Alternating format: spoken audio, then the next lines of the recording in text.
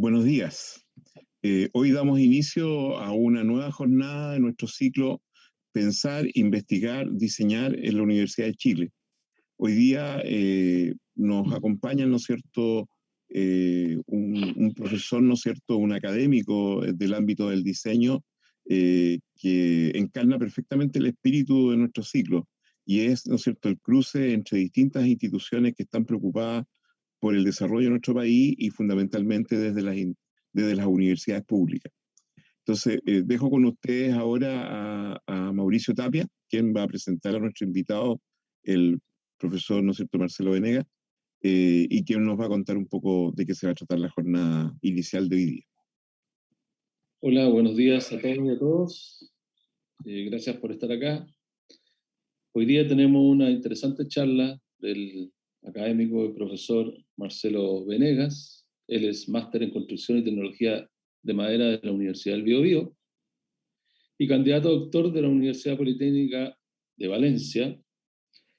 Él es un destacado diseñador industrial de productos y en esta oportunidad nos va a presentar una charla sobre mobiliario RTA a partir del uso de maderas blandas. Dejo con ustedes a Marcelo Venegas. Gracias. Bueno, primero que nada, poder agradecer, saludarlo como primera cosa, ¿no es cierto? Y agradecerle la invitación para poder compartir un trabajo que no había tenido la oportunidad de mostrar muchas veces, de poder difundirla. Por lo menos acá en el país, digamos, no lo había podido, creo que una sola vez había podido hacerlo. Y que sin duda, digamos, puede ser interesante, sobre todo dentro de una visión que siempre está pendiente respecto de nuestra labor de diseño, es cómo somos capaces de poder ir aportando a las instancias más bien productivas y dentro de ese esquema del desarrollo económico a nivel país, ¿no es cierto? Así es que gracias por aquello y bueno, vamos a lo que nos convoca, ¿no? Les voy a compartir pantalla para poder comenzar la presentación.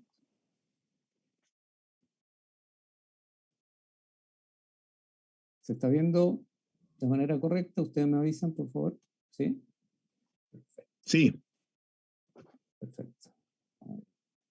Bueno, el nombre, ¿no es cierto?, del trabajo que les voy a compartir, como bien lo dijo Mauricio, mobiliario RTA a partir del uso de maderas blandas, diseño a partir de uniones y ensambles en pino radiata.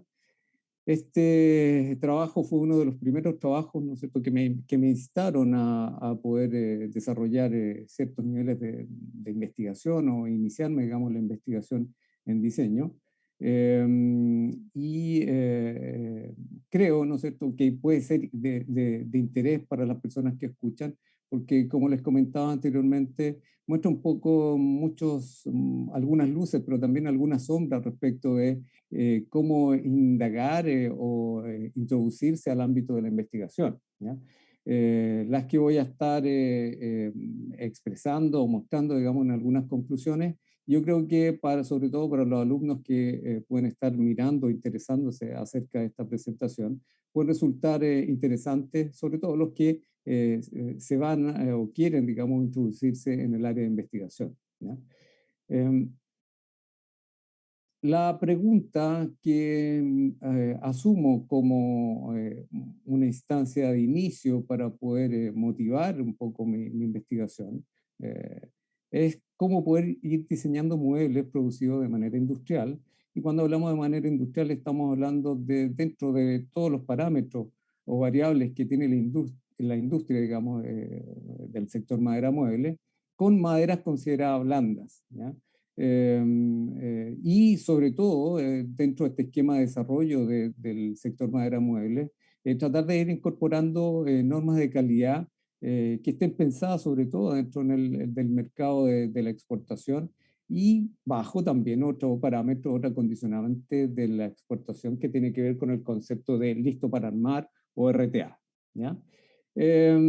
Aquí entran a batallar dos instancias, digamos, fundamentales que tienen que ver de manera directa con cómo poder lograr en cada uno de estos muebles una mejor resistencia estructural versus la menor dimensión de los componentes, ya sea, digamos, por una optimización de las materias primas o también por la optimización de la hora de trabajo, ¿no es cierto?, asumida, digamos, por cada una de estas partes y piezas, que los que han trabajado dentro de una empresa de manufactura es una condición a atender, ¿ya? Por lo tanto, lo que tratamos, digamos, de poder hacer para poder entrar a batallar con estas dos variables es poder investigar en la relación que tiene la orientación del esfuerzo que se le aplica a nivel de carga dinámica, digamos, a una determinada mueble, silla, mesa o lo que sea, y el tipo de corte que va a constituir la parte o pieza de madera, ¿ya? Que ahí hay instancias, digamos, en la cual hay que entrar a entender un poco la fenomenología del material como para poder hacerse cargo. Como presentación, la madera blanda con la cual vamos a trabajar y la que dice el título es la que se denomina Pino radiata de Don, que es un poco el nombre tecnológico. Algunos le dicen Pino insigne, pero una de las cosas que me enseñaron en el posgrado es que en realidad ese no es el nombre tecnológico, sino que se llama Pino radiata. Es una conífera, es una madera no endémica nacional, es una madera de carácter que se considera blanda de acuerdo a la normativa nuestra, de procedencia norteamericana, particularmente Estados Unidos, pero también se puede encontrar en Canadá y en muchas partes, digamos, a nivel, digamos, del norte, ya sea de Europa, y obviamente fue una especie introducida que se dio muy bien en la parte del Biobío, Arauco, ¿no es cierto?, y ciertas partes de los lagos, ¿no? La densidad promedio de acuerdo a la especie chilena. ¿Y por qué hablo de especie chilena? Porque finalmente las especies varían en términos de densidades, más o menos, ¿no es cierto?, dependiendo del contexto geográfico, climático, etcétera, etcétera, en la cual están expuestos. Y la que podemos encontrar acá está alrededor de los 450 kilogramos por metro cúbico, ¿ya? Esa es un poco, digamos, la densidad que tiene y se considera como una madera blanda. Ahora, uno podría pensar que una madera blanda es una madera un poco desdeñada, despreciable, pero en términos generales también tiene aspectos positivos. Por ejemplo, sobre todo dentro del punto de vista industrial, tiene una gran permeabilidad, sobre todo para las colas y los preservantes, ¿no es cierto?, lo que me permite una madera, de acuerdo a la categoría 5 que está expresada ahí, que se dice que no es durable, podría llegar a extender un poco la vida útil. Es de fácil secado, los que han trabajado en madera también pueden entender que es todo un tema, digamos, los programas de secado, digamos, para poder lograr piezas que sean piezas efectivamente buenas, digamos, en términos de su calidad superficial, producto del secado.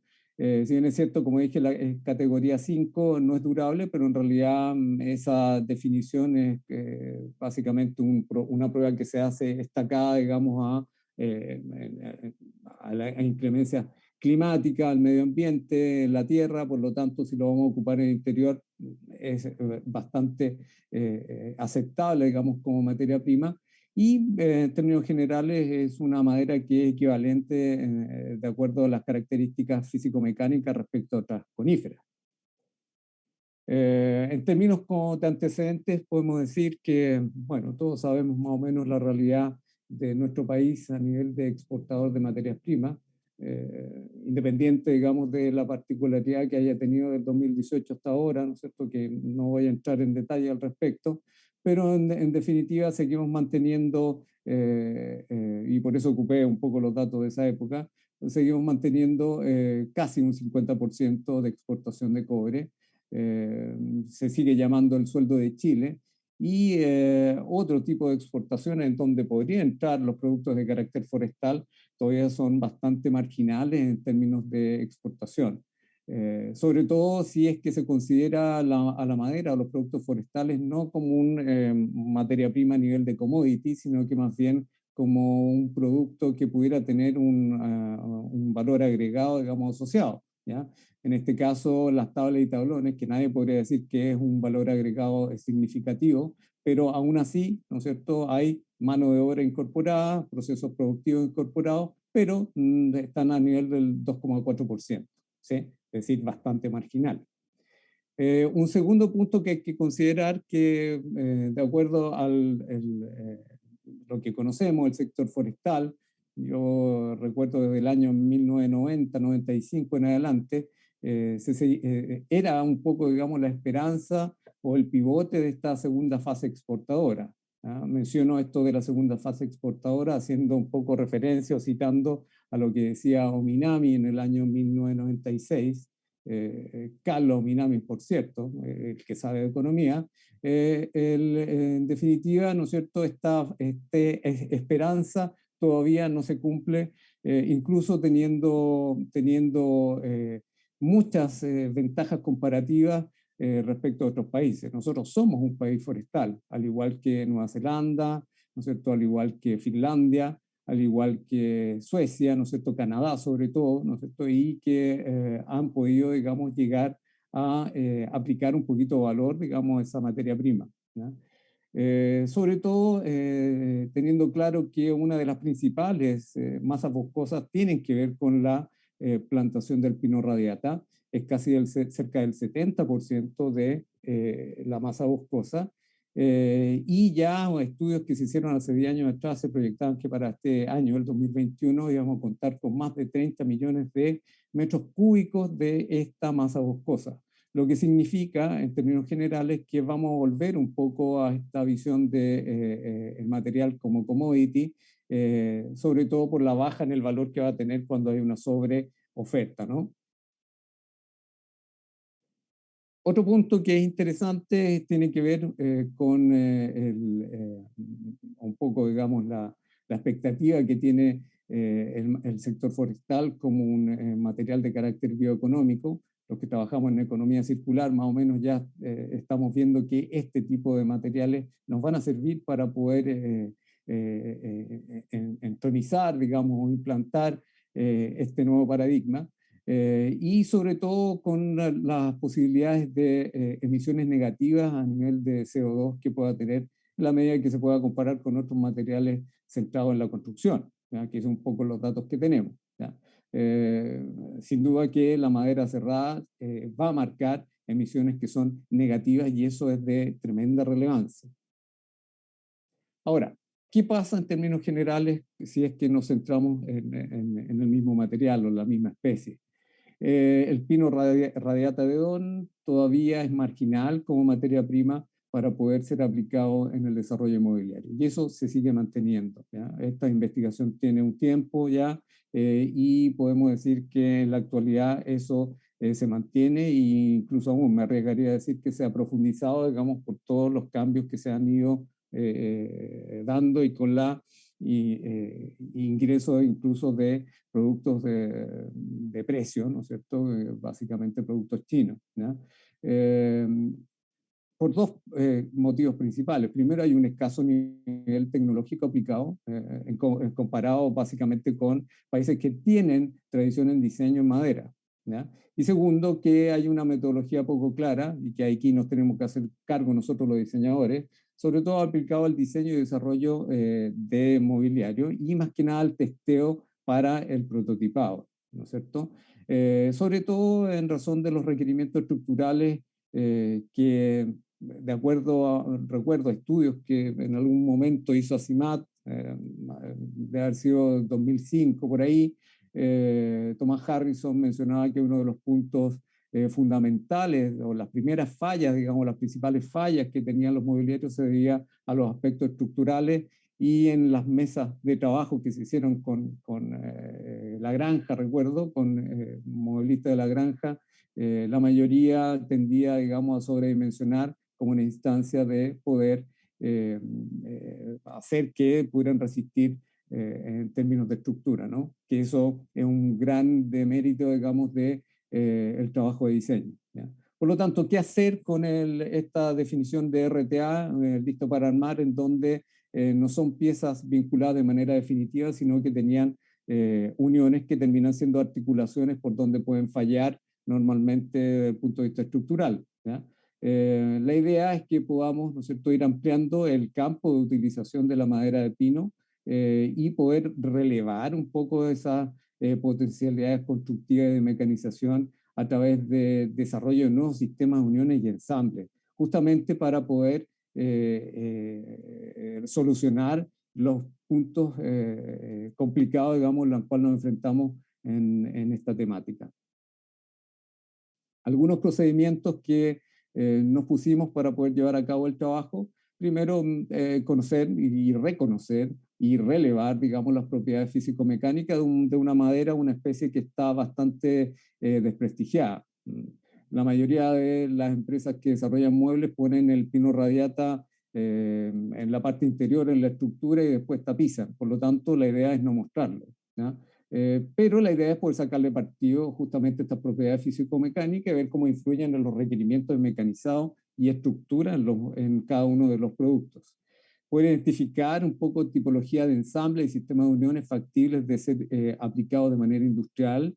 La idea es que podamos también, en la medida que desarrollemos eso, desarrollar prototipos de verificación y testeo, y el prototipado aplicarlo de manera seria en términos de poder ensayarlo desde el punto de vista físico-mecánico según la normativa y estándares europeos, ¿ya?, de la calidad de muebles, dado que no tenemos normativa chilena o NSH, digamos, como para poder evaluar de manera correcta cada uno de estos productos. Lo que se ha desarrollado es la normativa para mobiliario escolar, que ha sido un trabajo reinteresante, pero también se asumió en razón de normativa europea. Por lo tanto, muchas de esas normas, ¿no es cierto?, o ensayos que determina la norma, vamos a tratar de aplicarla ahora. También poder desarrollar a partir de esto una metodología de carácter experimental para poder ir estableciendo un sistema de información evaluativa, digamos, de resultados, y poder ir ponderando y generando bases de datos que nos sirvan para poder sistematizar cada uno de estos procesos. Poder diseñar patrones de carácter constructivo a nivel de diseño que permitan ir variando la aplicación en línea inmobiliaria. Y aquí yo me quiero detener un poco porque en realidad la investigación es un cambio respecto del proceso típico, digamos, de diseño que normalmente estamos acostumbrados a desarrollar, ¿ya? Muchas veces en la morfología a nivel de contorno, ¿no es cierto? Muchas veces primero, digamos, el concepto, etcétera, etcétera, nos guía como el norte para poder desarrollar nuestros diseños, pero aquí la idea es que primero el sistema constructivo, las especificaciones de diseño a nivel de estructura sean el punto de inicio para poder comenzar a desarrollar los otros elementos que se pueden considerar como secundarios.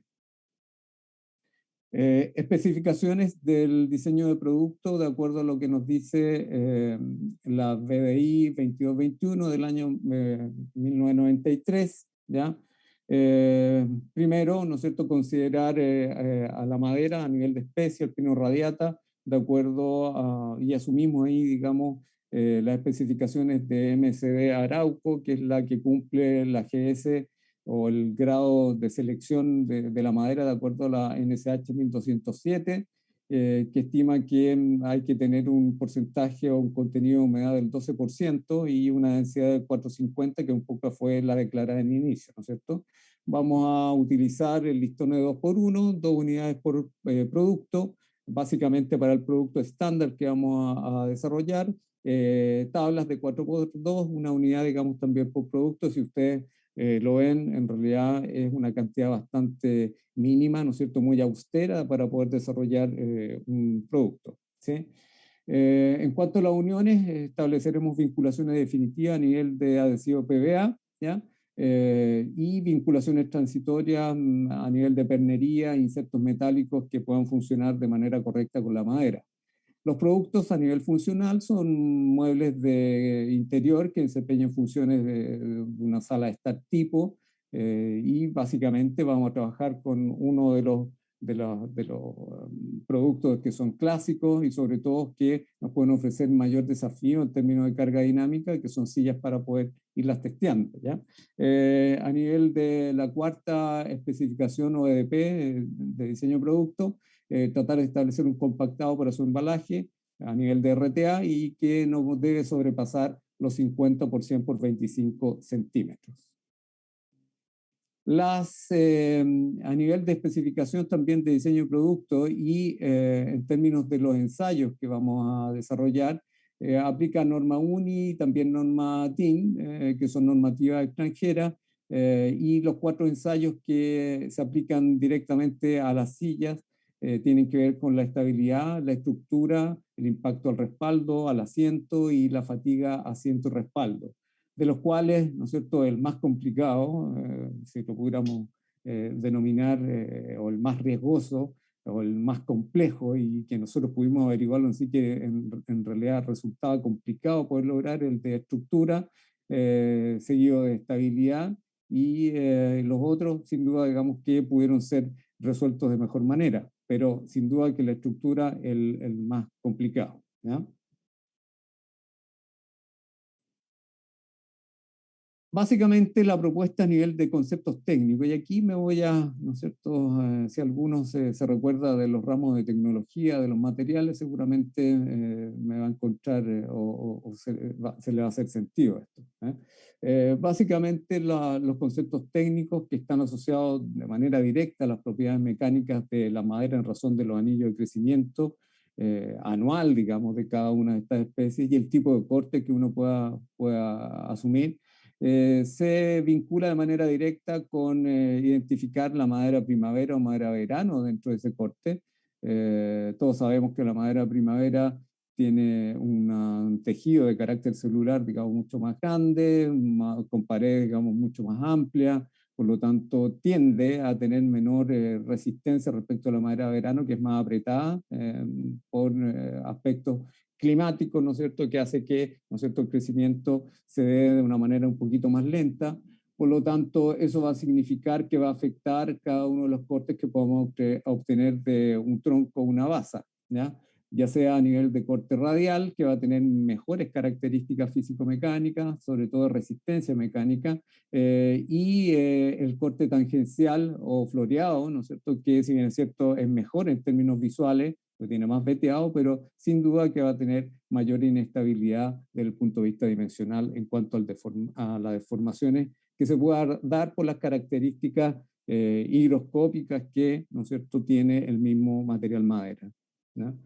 En cuanto a ciertos conceptos técnicos a utilizar, como primera cosa, propiedades mecánicas, vamos a hacernos o asumir la densidad media baja que se declara con la madera pino radiata y establecer un análisis en razón de la dirección de las fibras que tiene la madera y el comportamiento en torno a cómo va a resistir ciertos esfuerzos mecánicos cada una de estas piezas, ¿eh? Obviamente derivado de la diapositiva anterior en razón de la madera verano, primavera y el corte que podemos obtener, ¿ya?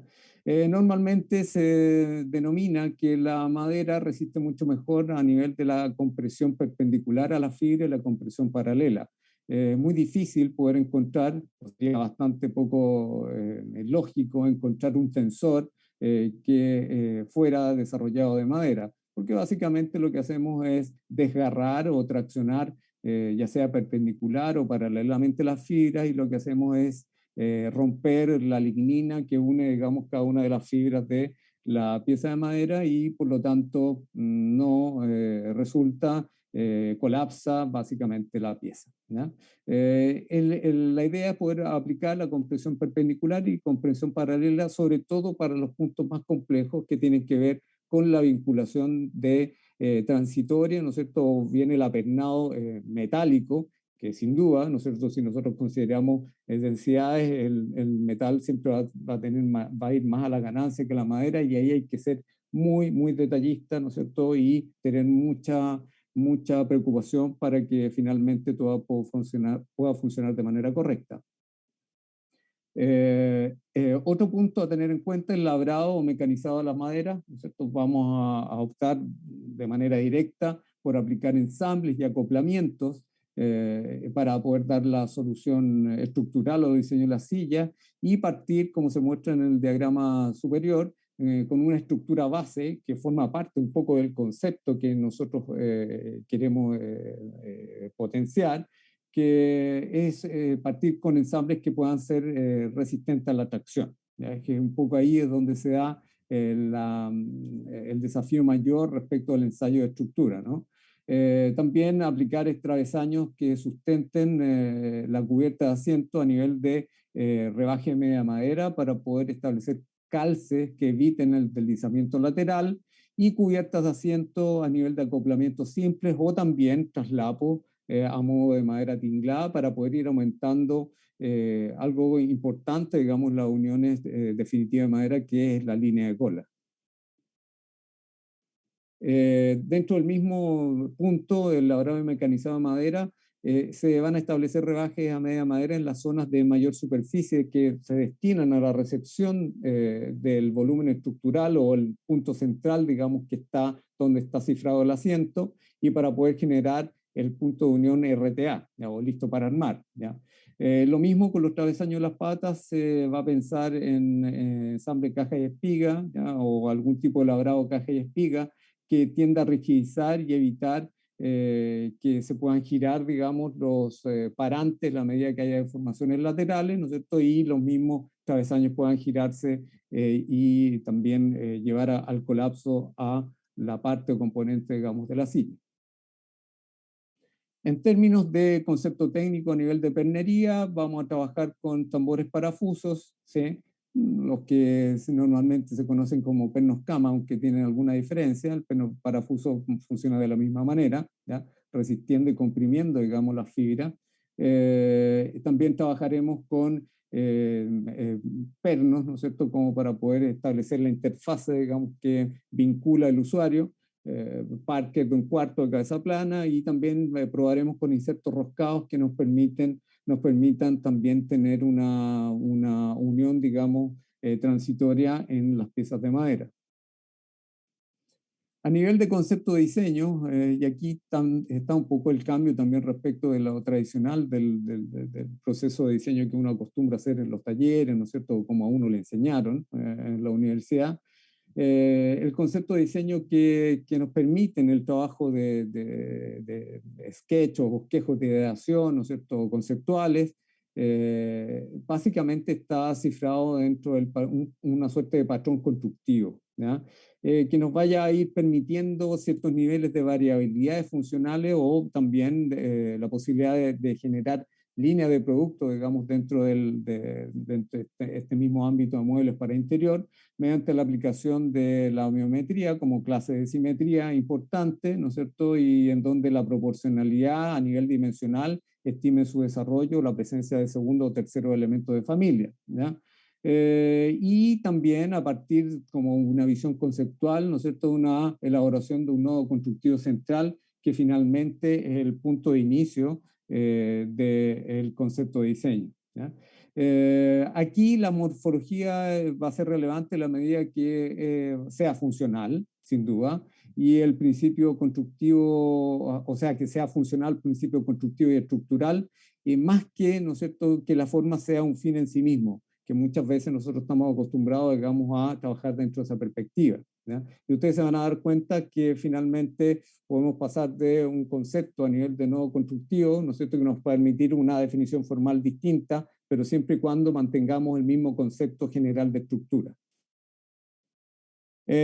Partimos con nuestro primer prototipo. Finalmente, ustedes lo ven, en realidad no tiene ningún tipo de qué sé yo, expectativa desde el punto de vista formal, una silla común y corriente. Yo diría que es la que nos enseñó a hacer la tía en el jardín cuando nos dijo silla. Bueno, son los parantes, el asiento, el respaldo y nada más, ¿ya?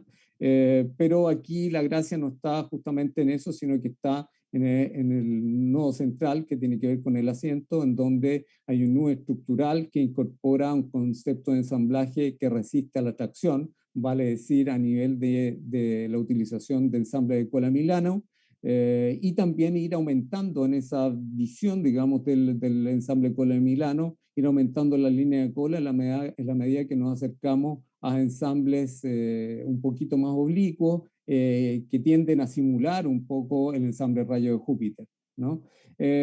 También vinculaciones transitorias a nivel de pernería del modo de tambor y perno parafuso, para poder encontrar de manera perpendicular la fuerza y hacer que pueda comprimir, ¿no es cierto?, de manera correcta la fibra de la madera, ¿ya? En este caso, en el primer prototipo, que en realidad no el primer prototipo, lo llamo primer prototipo, porque en realidad desarrollamos 3 prototipos, digamos, para cada uno de los ensayos, ¿ya? Establecimos 2 puntos de contacto, ¿ya? Y 2 puntos de contacto que aquí están en línea, ¿no? Fuimos a los ensayos, hicimos 2 ensayos en los cuales para cada uno, ¿no es cierto? Normalmente nos pusimos como 3 prototipos como objetivo, en donde el ensayo de estabilidad se aprueba, pues básicamente no es un ensayo tan complejo, ¿ya? Es decir, si uno tiene muy claro, digamos, el centro de gravedad, un poco, digamos, con la geometría general, puede aprobarlo. La estructura, fíjense ustedes, resiste 1 de 4 niveles.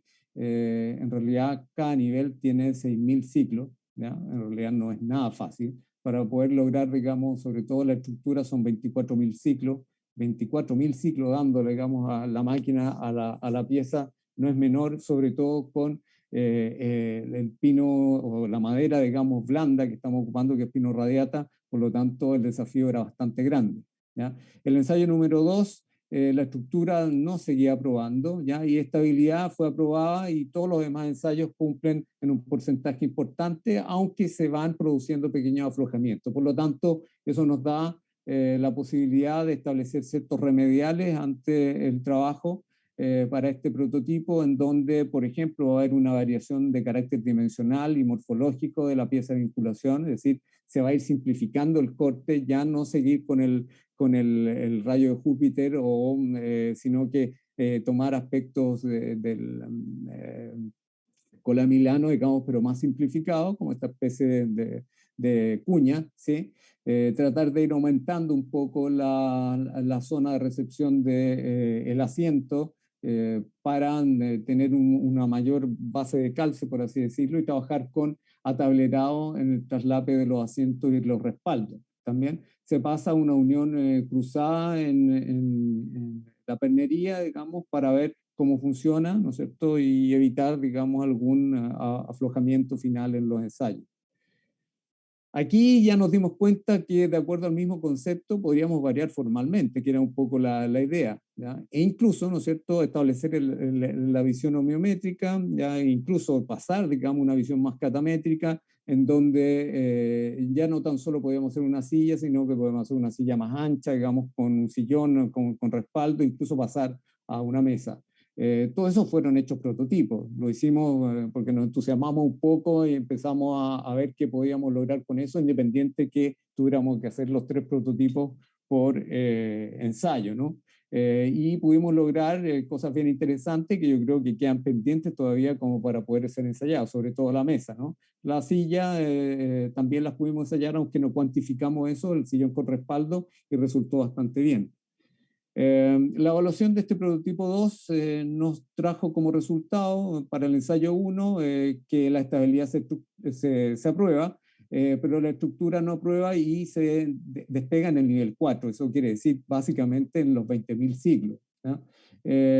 Para el ensayo 2, estabilidad sigue aprobando, impacto al respaldo se aprueba y el impacto al asiento no está aprobando porque se fisuró un poco, digamos, la superficie del asiento, ¿sí? Remediales para este prototipo, considerar, digamos, que se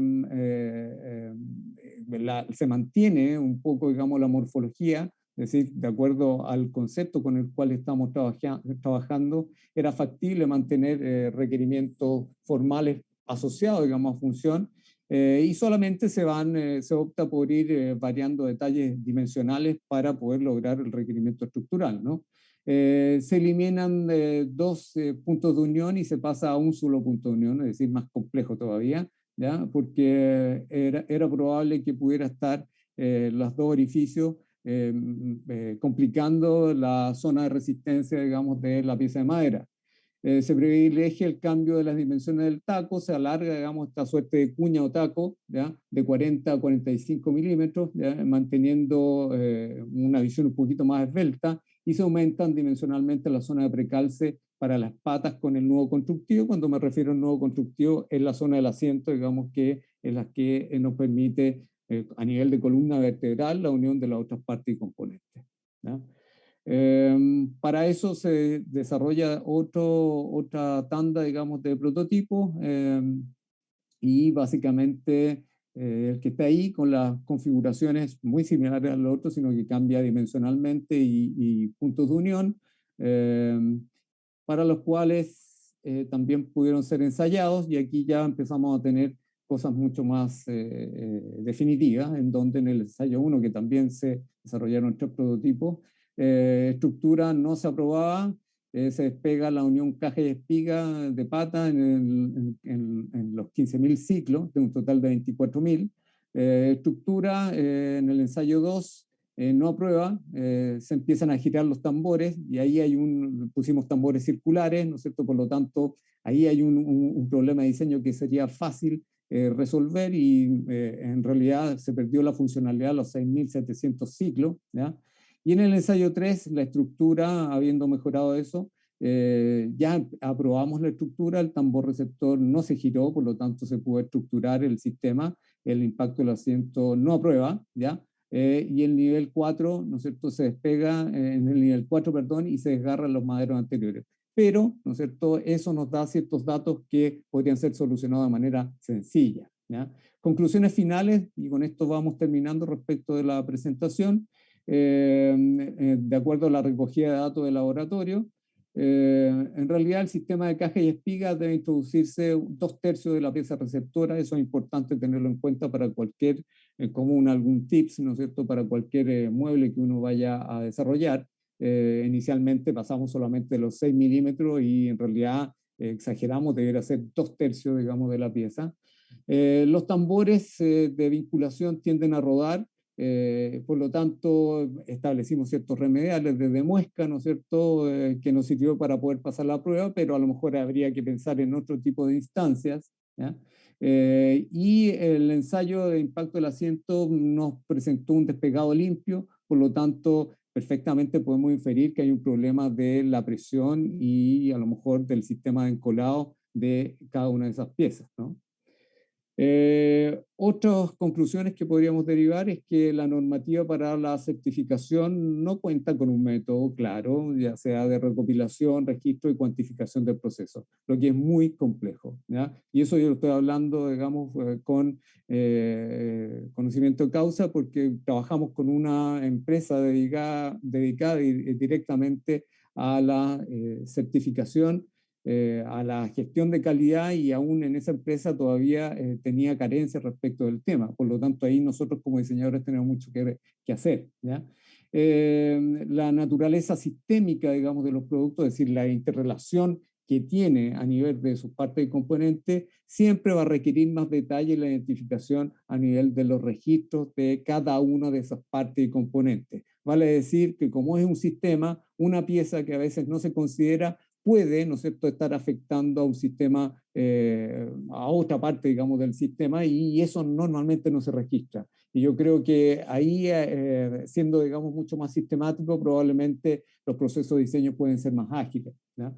El proceso de testeo es sin duda que es imprescindible. Y si nosotros queremos desarrollar productos de calidad, y en realidad no hacerlo tan solo, digamos, dentro de talleres de prototipado para desarrollar una apuesta formal, sino que en realidad prototipar para poder desarrollar productos y poder comercializar en el extranjero, debe considerar de manera imprescindible el proceso de testeo, ¿ya? Y el testeo bajo norma, ¿ya? Eso nos permite un nivel de calidad continua y de mejora continua, digamos, en los productos, que es un requerimiento asociado incluso a las normativas existentes, las ISO 9000, etcétera, etcétera, incluso las mejoras continuas que ahora están considerando aspectos medioambientales.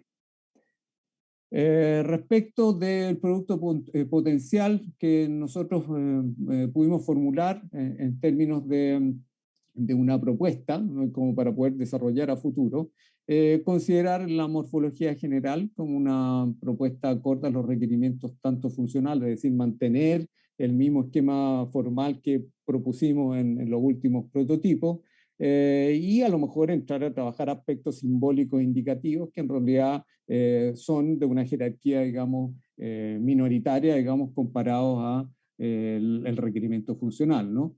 Se opta por ir variando dimensionalmente, solamente cada uno de los componentes para poder resolver estructuralmente la problemática. También en cuanto al sistema de unión, se opta por desarrollar un tambor que permite una posición fija, vale decir, ¿no es cierto?, un paralelepípedo, digamos, un perfil cuadrado para evitar el giramiento y incluir incluso, ¿no es cierto?, muescas en la base para evitar el giro, ¿ya? Y así, ¿no es cierto?, ir supliendo problemáticas de, ¿no es cierto?, deformación, ¿no es cierto?, separación que pudiera tener esta pieza en el ensayo. En términos de diagramas propuestos, un diagrama conceptual de sistema para la evaluación de registro, nos animamos a establecer, de acuerdo a toda la información que teníamos, las variables y los puntos que había que tomar en cuenta desde el prototipo inicial al prototipo mejorado y todas las fases que era importante hacerse cargo y poder identificar para poder tener una retroalimentación dentro de esta mejora continua, ¿eh? Desde poder determinar los ensayos, ¿no es cierto?, determinar, digamos, las funcionalidades asociadas, poder ir clasificando un poco, ¿no es cierto?, soluciones aparentes y estimando ciertas hipótesis respecto de cómo poder llevar a cabo mejoras de acuerdo al dato que nos da el testeo, etcétera, etcétera, ¿no?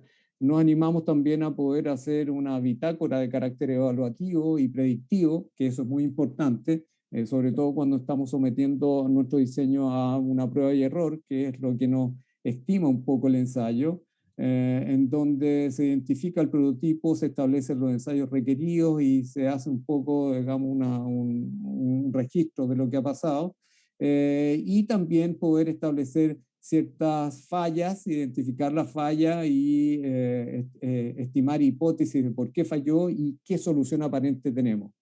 Esto es ir registrándolo y en la medida que lo vamos registrando, no ir reiterando, digamos, soluciones que probablemente hicimos al inicio y con esta cantidad, digamos, de prototipos y ensayos que vamos realizando, muchas veces uno lo tiene en cuenta. Yo creo que es una de las principales fallas, ¿no es cierto?, que nosotros tuvimos en este proceso de investigación, que por la cantidad, digamos, de prototipos y la cantidad de ensayos, muchas veces se perdía ideas o se volvían a retomar ideas que a lo mejor no eran del todo exitosas, ¿sí? Como conclusiones finales, el pino radiata sin duda que cuenta con características físico-mecánicas. Si alguien me dice que el pino radiata no es una buena madera, yo le digo, bueno, haga una silla y que resista 24.000 ciclos. Nosotros lo hicimos y sí puedo dar fe que eso resulta. Y resulta con un punto de unión, digamos, con un sistema de vinculación transitoria, muy simple como se ve ahí. Por lo tanto, las limitantes están dadas y eso lo aseguro de manera categórica, en razón del desconocimiento en cuanto a la fenomenología del material y su uso de acuerdo a requerimiento, ¿ya? Esto es como la satanización de los materiales per se, donde decimos que el plástico es malo, depende de cómo lo use. El pino radiata es malo, depende de cómo lo use y dónde lo use, ¿ya? Y cómo lo use, ¿ya? Como segunda conclusión, el tamaño celular y la naturaleza de las fibras hace que la captación, ¿no es cierto?, y cesión de humedad sean más eficientes. Esto es muy bueno, digamos, para procesos pencolados. Por lo tanto, es muy funcional a tipologías de ensamble y regruesados, ¿ya? Eso también tengo ejemplos confirmados, como las fotos en la parte inferior, en donde, si bien es cierto, no es el mismo producto, es una silla, sí, pero en definitiva el nudo constructivo es otro, y también parte por un desafío de poder sacar el mayor partido estructural o la mayor posibilidad estructural a pequeñas dimensiones, ¿ya?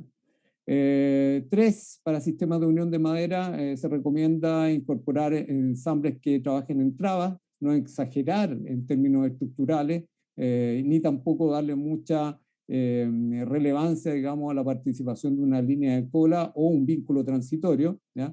Siempre es importante que la madera tenga una zona de resistencia apreciable, vale decir, el orificio, el espacio que yo le saco al material y la distancia que hay al borde de la pieza tiene que ser importante para que pueda resistir. Y también el testeo y certificación de productos siempre va a ser una valiosa herramienta, aunque en Chile todavía es incipiente, ¿no? y también la necesidad de poder elaborar protocolos claros y rigurosos que ayuden a entender el testeo y la certificación como una etapa necesaria para el diseño industrial de productos, pero con calidad asociada.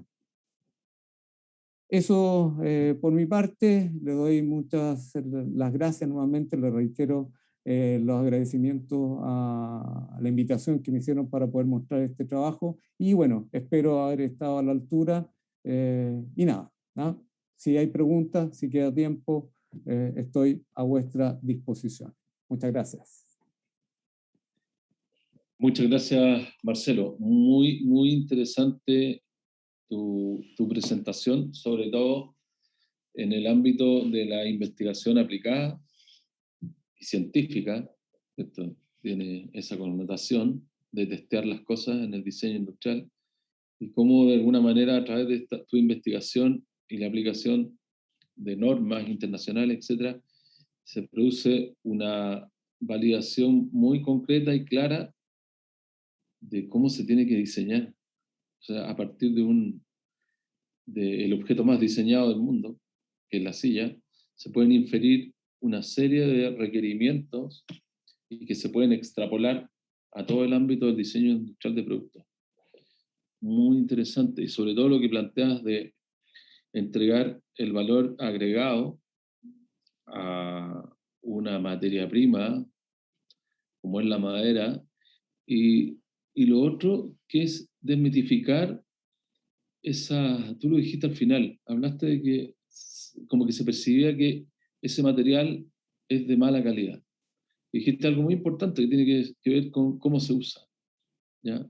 Científicamente y a través de tu investigación se demuestra que si tú lo usas de una manera aceptada, probada y certificada, el material se transforma, en este caso el pino radiata, en un supermaterial, ¿ya? De alguna manera, de cómo se cruza, otro tema, cómo se cruza la parte científica y la parte metodológica y rigurosa de una investigación donde hay datos duros y que esos datos duros después de tener toda esta manera de cómo, de alguna manera, conformar el material y de cómo regala la forma a este material en forma ideal y clara, ahí uno tiene que ponerse creativo, ¿ya? Pero primero antes tenemos que saber cómo se usa de manera perfecta o cómo se usa de manera adecuada. Y de ahí para arriba hay que ponerse creativo, en el sentido de que sin esto jamás vamos a poder desarrollar, en tu caso, una línea de modelo de exportación, porque de aquí para arriba es muy interesante tu trabajo, Marcelo. Muchas gracias. Sí, no, yo creo que finalmente un poco la lección que, bueno, uno también la tiene, porque en realidad se anima a eso, cuando uno investiga, se anima a que las cosas puedan funcionar, no puedan funcionar, y un poco esa es la gracia. ¿Sí? A mí no es interesante que funcione necesariamente, sino que justamente el proceso que uno va desarrollando le permite obtener ciertas conclusiones, ¿ya? Y yo creo que una de las grandes conclusiones es poder ir. Estamos acostumbrados en términos generales, ¿no es cierto?, como personas a mitificar cosas, a generalizar cosas, ¿no es cierto?, a establecer maximalismo en un sinnúmero de situaciones. Por lo tanto, yo creo que muchas veces nosotros los diseñadores tenemos que acostumbrarnos a no actuar de acuerdo a la moda, ¿no es cierto?, lo que dice la gente o lo que sale en la revista, sino que yo creo que hay que animarse a hacer un poquito más, o aventurarse, ¿no es cierto?, a ser un poquito más patudo y tratar de ir desmitificando ciertas situaciones. Yo creo que en el caso de los materiales se produce eso, ¿ya? Hay satanización, digamos, de materiales, sobre todo con este ámbito, te lo digo yo desde el punto de vista medioambiental, que mi investigación justamente para el doctorado tiene que ver con la visión circular, una visión sostenible en términos del diseño, en donde hay muchos materiales que están siendo satanizados, pero nadie se pone a pensar en cómo yo utilizo el material, ¿ya? De qué manera lo uso, ¿ya? Por lo tanto, ahí hay un gran espacio para nosotros los diseñadores, justamente como para ser factor de cambio y poder decir y decidir, ¿no es cierto?, de manera correcta en dónde estamos utilizando el material más que la moda, ¿ya? El plástico se empezó a utilizar como moda, ¿ya? En los 60 era una moda, ¿ya? Bueno, todos sabemos cuando lo que tenemos como resultado ahora con el plástico, si se lo utiliza de la moda, pero nadie dice que el plástico es un tremendo material, digamos, y que puede tener posibilidades de reutilización, por ejemplo, ¿ya? Entonces, en este caso, yo creo que la madera y la madera más desdeñada, digamos, a nivel nacional, que el pino radiata y que se vende por chips, perfectamente podríamos subirle el valor o agregar valor directamente a la medida que ocupemos este tipo de insumos para mobiliario. Oye, bueno, agradecerte, Marcelo, por tu participación en nuestro ciclo. Efectivamente, todo lo que has dicho tú, yo creo que hace reflexionar a muchos que no solo están estudiando, sino que también están en la práctica profesional, ¿no? Y es que efectivamente el rol del diseño en nuestro país, un país que ha estado tan centrado en el extractivismo y en poco agregado de valor, yo creo que es una buena visión la que tú nos planteas, ¿no? Así que bueno, esperamos contar contigo en otras posteriores jornadas y Encantado. les damos las gracias a todos quienes han asistido, especialmente por supuesto a Marcelo, y los invitamos a continuar con nuestro ciclo. Hoy a las 11 se inicia otra charla con el profesor Félix Maldonado sobre el cruce de ciencia y diseño, tecnología y diseño, que habla muy encadenado con lo que tú nos has dejado hoy día como visión, ¿ya? Así que Perfecto. bueno, muchas gracias. Hasta luego a todos. Muchas gracias Agradecido a ustedes. por su participación. Que estén muy bien. Adiós. Gracias. Muchas Bye gracias. bye. Que estés bien, Marcelo. Nos vemos. Chao, chao.